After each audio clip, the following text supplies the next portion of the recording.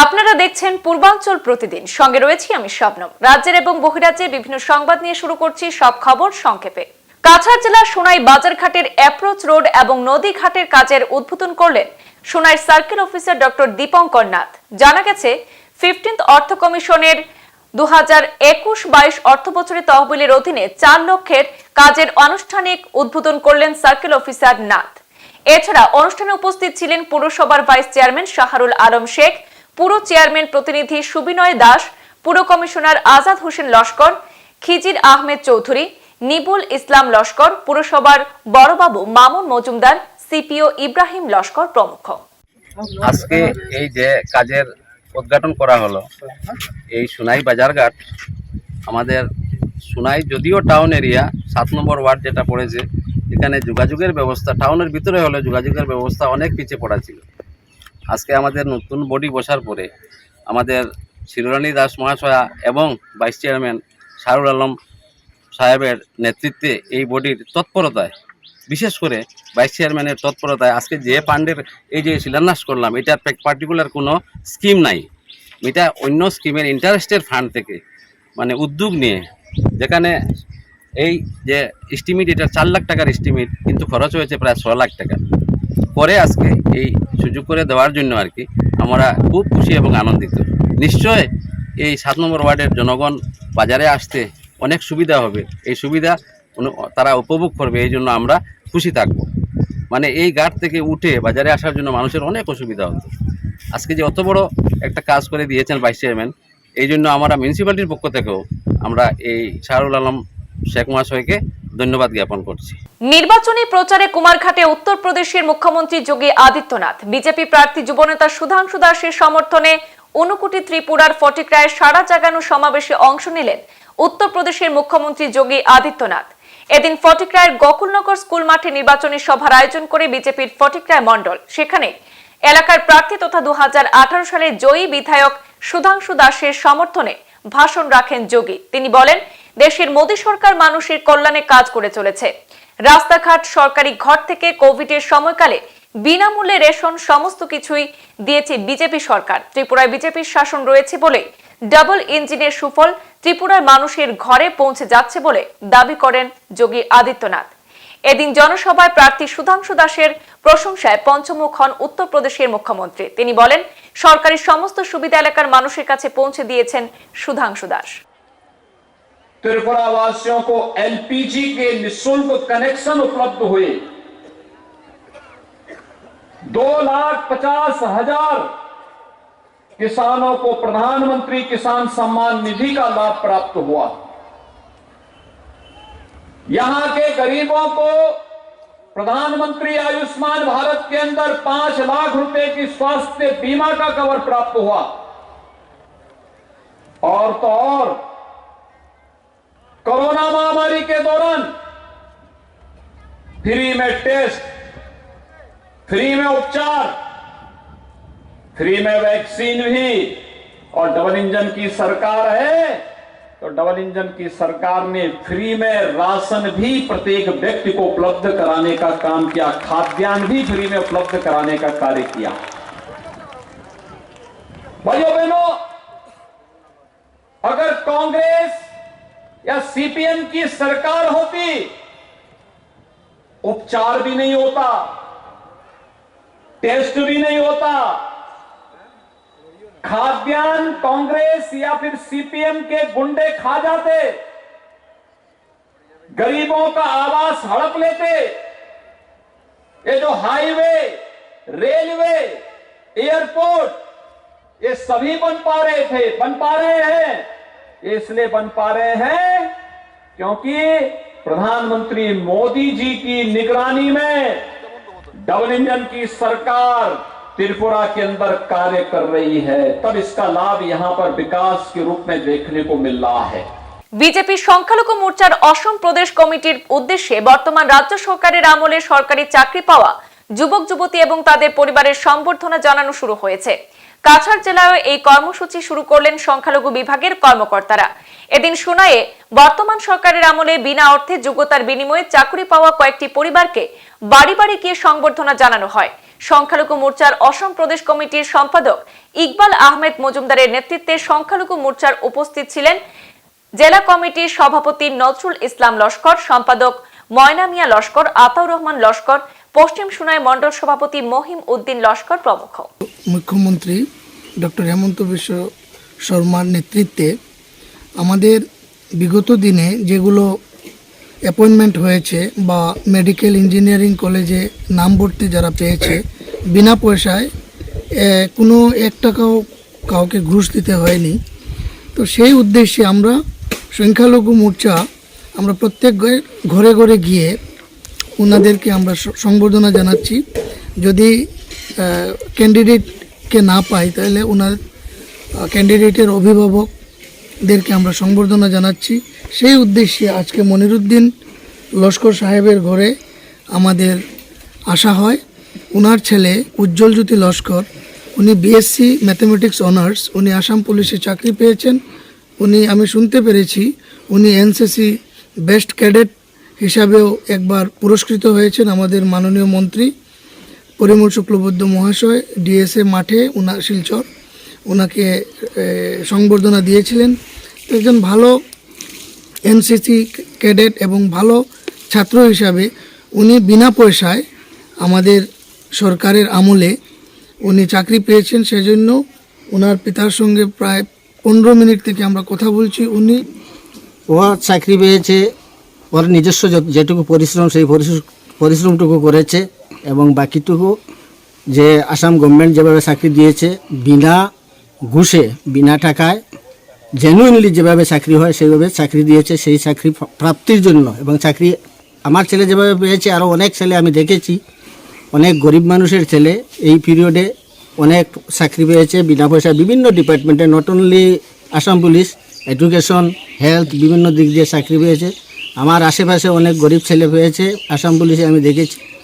এই বর্তমান সরকারের এই পদক্ষেপের জন্য সত্যি আমি সহ যত গরিব বাবা সকল আছেন সমস্ত বাবারা ওনাকে সরকারকে ধন্যবাদ জানাবেন। সাথে সাথে আমিও মুখ্যমন্ত্রী সহ এই সরকারের কাছে কৃতজ্ঞ। ভোটের দিনক্ষণ যত এগোচ্ছে প্রচারের তেজি ভাব নিয়ে আসছে শাসক বিরোধী উভয় দল। এবছর বেশিরভাগ আসনে রাজনৈতিক দলগুলির লড়াই মূলত প্রধান 2 প্রার্থীদের মধ্যে হয়। উত্তেজনা অনেক বেশি কাজ করছে। প্রচার কর্মীদের অংশ হিসাবে আগরতলা 7 নম্বর রামনগর বিধানসভা কেন্দ্রের তৃণমূল কংগ্রেস প্রার্থী পূজন বিশ্বাস বর্ডার জয়পুর এলাকায় ভোট প্রচার করেন। বিভিন্ন বয়সী ভোটারদের কাছে আহ্বান তাকে জয়ী করার জন্য। পূজন বিশ্বাস জানান, প্রচারে বেরিয়ে ব্যাপক সাড়া পাচ্ছেন। রাজ্যের বর্তমান পরিস্থিতির জন্য তারা মানুষের দারুণ সমর্থন পাচ্ছেন। মমতা ব্যানার্জির আগরতলা সফরের পর মানুষের মধ্যে তৃণমূল দলকে ঘিরে আগ্রহ বেড়েছে বলেও জানান তিনি। বিধানসভাতে 7 রামনগরে আমরা খুব ভালো রেসপন্স পাচ্ছি, মানুষের সমর্থন পাচ্ছি এবং আপনারা দেখেছেন সারা রাজ্যের ফলাফল অবশ্যই ভালো হবে।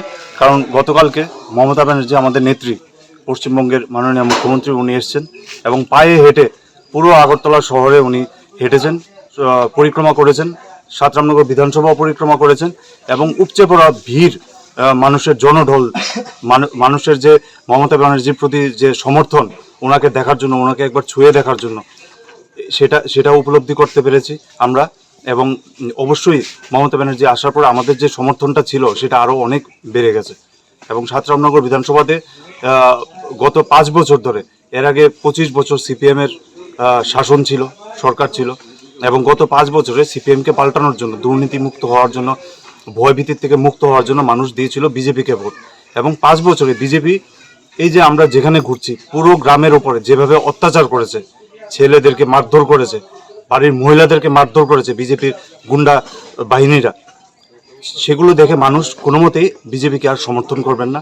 এবং আমাকে এখানে একজন সমাজসেবী হিসেবে, আইনজীবী হিসেবে মানুষ এখানে চেনে এবং মানুষের পুরো সমর্থন আমার উপর রয়েছে। এবং আমি মানুষের কাছে এটাই কামনা করব যে আমাদেরকে আশীর্বাদ দিয়ে একবার বিধানসভাতে পাঠান, তারপরে দেখুন এলাকার উন্নয়ন বলতে কি কাকে বলে এবং যা যা মমতা ব্যানার্জির দ্বারা প্রকল্প যেগুলো পশ্চিমবঙ্গের ছিল সেগুলো আমরা ঘরে ঘরে মানুষকে পৌঁছে দিতে চেষ্টা করছি।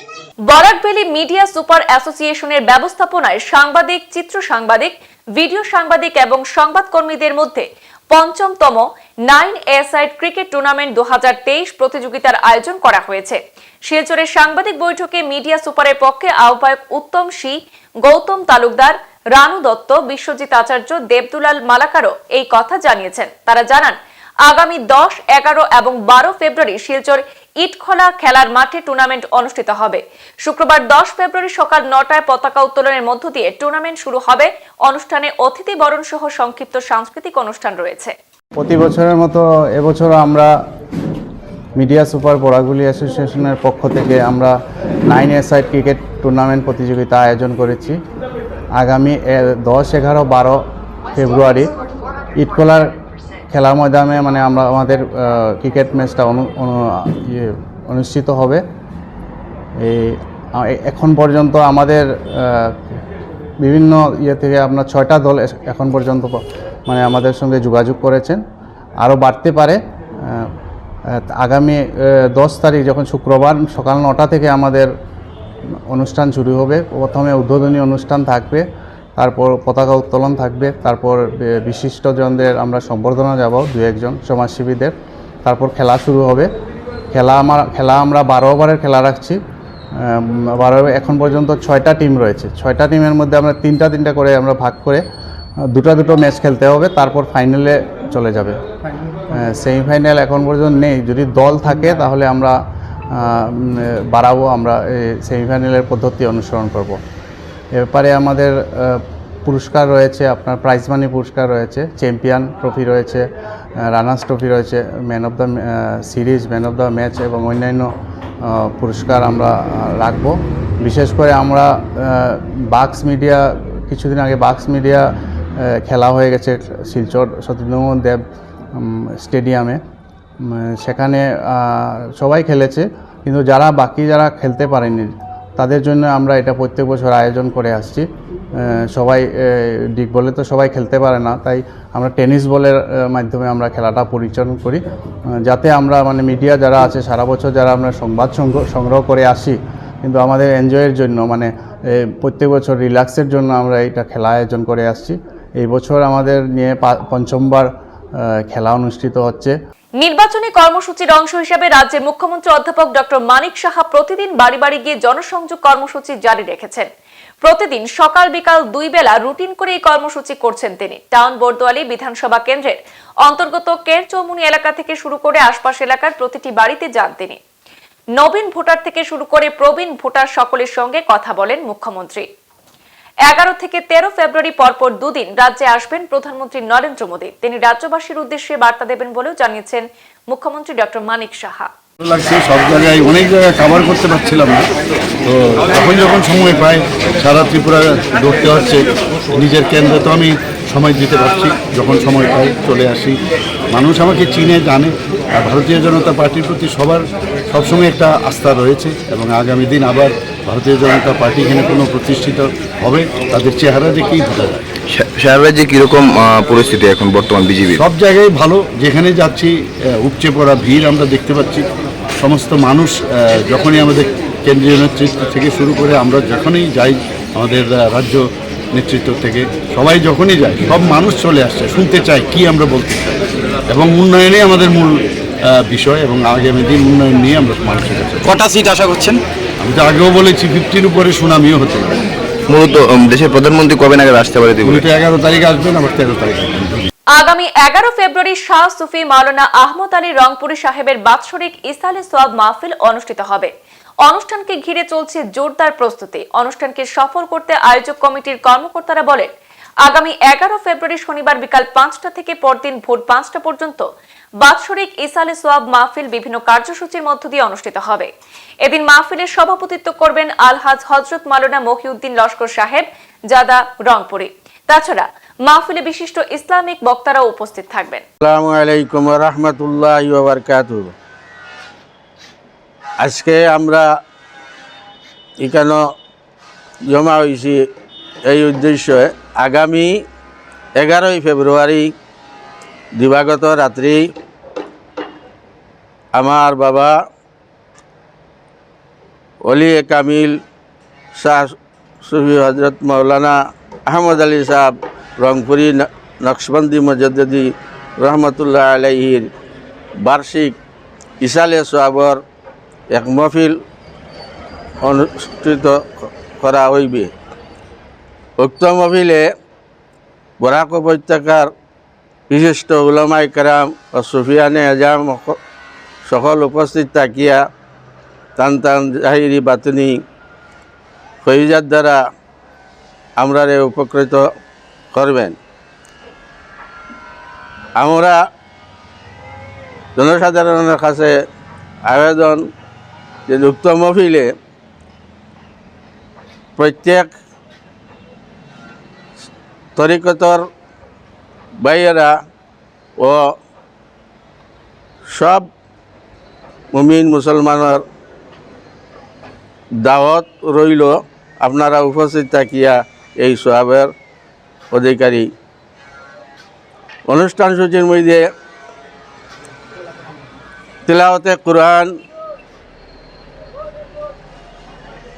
মিলাদ মহফিল ও উলামায়ে কেরামের ওয়াজ বাদ ফজর সিন্নি বিতরণ হইবে। স্বাধীনতার ৭৫ বছর পর রক্তের রাজনীতি যেখানে হচ্ছে তার নাম ত্রিপুরা রাজ্য, যে কারণে এই রাজ্যের রাজনীতির বিষয়টি সারা দেশে চর্চা হচ্ছে। এই অভিযোগ সর্বভারতীয় কংগ্রেস কমিটির মুখপাত্র সুপ্রিয়া শ্রীনাথের। ভারত সরকারের এনসিআর এর দেওয়া তথ্য বলছে শুধুমাত্র উত্তর পূর্বাঞ্চল নয়, সারা ভারতবর্ষের মধ্যে অপরাধের শীর্ষে রয়েছে ত্রিপুরা রাজ্য। অভিযোগ করেও তিনি বলেন, গত ২.৫ বছরে ত্রিপুরা রাজ্যের ৪০০টির বেশি ধর্ষণের ঘটনা ঘটেছে। ছোট্ট এই রাজ্যটি দেশের মধ্যে ধর্ষণের রাজধানী হয়ে উঠেছে। বিরোধী রাজনৈতিক দলের নেতাকর্মীদের পাশাপাশি অন্যান্যদেরকেও তিনি কটাক্ষ করে এই সমালোচনা করেছেন। त्रिपुरा का जो चुनाव है उसमें बहुत सारे मुद्दों पर चर्चा हो रही है। उसमें चर्चा हो रही है बेरोजगारी पर, उसमें चर्चा हो रही है 5 साल के जुमलों पर, उसमें चर्चा हो रही है तथाकथित डबल इंजन की सरकार ने कैसे इस प्रदेश के साथ धोखा किया, उसमें चर्चा हो रही है कितने नॉन सीरियसली त्रिपुरा को लिया जा रहा है। हर तरह की चर्चा है, लेकिन जिस चर्चा के लिए त्रिपुरा आज राष्ट्रीय राजनीति का विषय बना हुआ है वो अपने आप में बेहद शर्मिंदा करती है और अपने आप में गंभीर विषय है। आजादी के 75 साल बाद हम देश में रक्त रंजित राजनीति का अगर कहीं पर विभत्स रूप देख रहे हैं तो वो त्रिपुरा है। त्रिपुरा से तमाम ऐसी खबरें आती हैं जहां पर कभी किसी के ऊपर हमला हो जाता है, कोई बाइक्स पर गुंडे आते हैं, कार्यकर्ताओं को डराया धमकाया जाता है, अनर्गल पुलिस FIR की जाती है, महिलाओं को डराया धमकाया जाता है, मारा पीटा तक जाता है। और ये छोटे से लेकर बड़े लीडर्स तक के साथ हो रहा है विपक्ष में। विपक्ष में अगर आप हैं तो आपका काम है आवाज उठाना, आपका काम है सरकार से सवाल पूछना, आपका काम है विफलताओं को उजागर करना। और लोकतंत्र में जितना जरूरी सरकार है उतना ही और शायद इससे कहीं ज्यादा जरूरी विपक्ष है, क्योंकि जो भी विपक्ष में होता है वो लोगों की आवाज बन के सरकार को कटघरे में खड़ा करता है। लेकिन त्रिपुरा के विपक्ष को बजाय कि ये मौका दिया जाए कि वो सवाल पूछे, त्रिपुरा के विपक्ष को रक्त रंजित किया जाता है, लहूलुहान किया जाता है, इस तरह से पीटा जाता है, इस तरह से हमला होता है कि त्रिपुरा के विपक्ष के लीडर। এবার থেকে উত্তর পূর্বে প্রতিটি নির্বাচনে প্রার্থী দেবে অখিল ভারত হিন্দু মহাসভা। অখিল ভারত হিন্দু মহাসভার জাতীয় মুখপাত্র অধ্যাপক ডক্টর নিরণ গৌতম বলেন, এই দেশে হিন্দুরা এখনো সুরক্ষিত নয়। মহাসভা কোনো ধর্ম বা সম্প্রদায়ের বিরুদ্ধে নয়, কিন্তু হিন্দুদের অধিকার আদায়ের সংকল্পবদ্ধ। সারা দেশের সনাতনীদের ঐক্যবদ্ধ করা হিন্দু মহাসভার লক্ষ্য বলে তিনি মন্তব্য করেন সংগঠনের কর্মকর্তারা। ন্যাশনাল স্পোকসপারসন এবং vice president foreign affairs doctor professor Niran Gautam স্যারকে আমরা পেয়েছি এখানে, এবং উনি আপনাদের সাথে অনেক আমাদের অর্গানাইজেশনের ব্যাকগ্রাউন্ড এবং আগামীতে নর্থ ইস্টে আমাদের কি কাজ হবে এটা নিয়ে উনি ওনার বক্তব্য ধরেছেন। আমরা আগামীতে প্রত্যেকটি শহরে প্রত্যেকটি জেলাতে একজন ডিস্ট্রিক্ট প্রেসিডেন্ট অ্যাপয়েন্ট করব এবং আমরা কাজ শুরু করেছি। সাউথ আসাম ডেফিনেটলি আমরা, যেহেতু এটা আমার নিজের জায়গা, এখানে প্রথম আমরা শুরু করছি। আমি লাস্ট উইকই মণিপুর গেছিলাম এবং মণিপুরেও খুবই ভালো রেসপন্স আমাদের, অনেকরাই জুড়তে চাইছেন। আপনারা বিশ্বাস, আমি ভাবতেই পারিনি ময়রাঙে আমি একটা প্রোগ্রাম করেছিলাম, এখন ওইখানে সবাই এসে বলছে যে আমরা কি করে তোমার মেম্বারশিপ নেবো এটা বলো। সো আমাদের একটা মুভমেন্ট যেটা অনেকই পুরনো আমাদের অর্গানাইজেশন এবং সবাই চেনে, সবাই জানে এবং সবাই এগিয়ে আসতে চাইছেন। আমরা সবাইকে অ্যাপিল এটাই করব যে আমাদের যেটা হিস্টোরিক, কালচারাল, রিলিজিয়াস সেন্টিমেন্ট আছে, ওই সেন্টিমেন্টেই আমরা আমাদের দেশটাকে এগিয়ে নেওয়ার চেষ্টা করব। আসন্ন 16 ফেব্রুয়ারি ত্রিপুরা বিধানসভা নির্বাচনকে সামনে রেখে রাজনৈতিক কর্মসূচির পাশাপাশি যোগদান কর্মসূচি অব্যাহত কল্যাণপুরে। 27 নম্বর কল্যাণপুর প্রমোদনগর বিধানসভা কেন্দ্রে বিজেপির মনোনীত প্রার্থী তথা বিধায়ক পিনাকি দাস চৌধুরীর হাত ধরে পদ্ম শিবিরে আসছে বহু ভোটার। প্রত্যেকদিন যোগদান কর্মসূচি অব্যাহত। উত্তর মহারানীপুর বাজারে বিধায়ক পিনাকি দাস চৌধুরীর সমর্থনে অনুষ্ঠিত হয় নির্বাচনী সভা, সেখানেও তিপ্রামথা দল ত্যাগ করে দুই পরিবারের 10 জন ভোটার বিজেপিতে যোগদান করেছেন। আর মহারাজের কাছে অনেক যারা কই মঠার মোটামুটি বয়স্ক নেতৃত্বরা মহারাজের যদি টিকিট পাইতে গেলে বাঙালিরা ওই গরম জল দিয়া নাকের মধ্যে সেক দাও, নাকটা একটু সেকটা হইব, দেবর্মা মতন লাগবো। হ্যাঁ, আর কয়েকজন নেতা কইতেছে যত বাঙালি মথার মধ্যে আইয়া এইটা হলে সব ভালো ভালো ভালো বাঙালি, আর বিজেপি যারা সিপিএম যারা করতেছে বাঙালি, এটা হলে সব খারাপ বাঙালি। হ্যাঁ, ওখানে বলার লেগে মথার যাও বাঙালিরা, এটাই তো। তা অনেকে কয় 26 হইলে আমরা লোক গণনার মধ্যে শেষ, দেববর্মা শেষ। আরে আমি সৌভাগ্য, আমরা দেববর্মা ভুল করতেছি। আমি মোদিরে কই, मोदी का से अनुरोध, अरे मोदी जी आप मुसलमान के लिए 3 तलाक बंद कर दिया, देवबर्मा के लिए 3 तलाक छोड़ दो। हाँ, देवबर्मा के लिए 3 तलाक छोड़ दो, क्योंकि 26 में जब सेंसस होगा त्रिपुरा में देवबर्मा को देखने के लिए नहीं मिलेगा। ये मोटा लोग बोल रहा है, तो मेरा दादाजी है, मैं किस्मत वाला हूं, 2 शादी किया मेरे दादाजी ने, मैं बहुत गर्व से कहता हूं, 2 शादी किया। मैं छोटा बीवी, ओ दादूजी का छोटा बीबी का लड़का का नाती हूं। मेरा दादूजी दूसरा लड़की नहीं लेने से मैं पैदा ही नहीं होना था। आं देखा आनी दाबरा जुदी ते मसे ब्रेकेजी एखा और तिनी को साइट होना नंगा इनके आं मो थारनो सावो कमाना पा खिरि जाते गो बाड़ीते 2 জন বিয়া করে আবার বাচ্চা হইলে একজন। হ্যাঁ, দেববর্মা তো হারাইবো, হারাইতো না। 2 জন বিয়া করো, বাচ্চা বানাও, 26 সেন্সাসের মধ্যে দেববর্মা আইবো, হারাইতো না। হ্যাঁ, দেশের স্বাধীনতা সংগ্রামে বিজেপি আরএসএস এর কোনো ভূমিকা ছিল না। সমগ্র দেশ তথা ত্রিপুরা রাজ্যে ফেসিবাদ কায়েম করছে বিজেপি। সোনামুড়া মহকুমার বাম এবং কংগ্রেস জোটের সিপিএম মনোনীত প্রার্থীদের সমর্থনে সোনামুড়া স্পোর্টিং অ্যাসোসিয়েশন ময়দানে এক নির্বাচনী সমাবেশে এইভাবে বিরোধীদের সমালোচনা করেন প্রাক্তন মুখ্যমন্ত্রী মানিক সরকার। তিনি বলেন, 5% থেকে 50% ভোট পেয়ে বিগত নির্বাচনে রাজ্যের সরকার গঠন করেছিল বিজেপি। তার মধ্যে প্রায় 7% ভোট দিয়েছিল সিপিএম সমর্থিত সাধারণ মানুষ এবং বাম বিরোধী ভোট পেয়ে তারা নির্বাচনে জয়ী হয়েছিল। এবার সেই দিন শেষ হয়েছে, ত্রিপুরার মানুষ আর সেই ভুল করবে না। এবার ত্রিপুরায় হচ্ছে জোট সরকার, বলেন প্রাক্তন মুখ্যমন্ত্রী মানিক সরকার। এই দুঃশাসনের রাজত্বকে বন্ধ করবার জন্য, এর থেকে ত্রিপুরাকে মুক্ত করবার জন্য, অত্যাচারের রাজত্বকে মেনে নেওয়া ছাড়া আমাদের সামনে কোনো বিকল্প নেই। এখনকার মতো সংবাদ এই পর্যন্তই। পরবর্তী সংবাদ পেতে অবশ্যই দেখুন পূর্বাঞ্চল প্রতিদিন। ধন্যবাদ।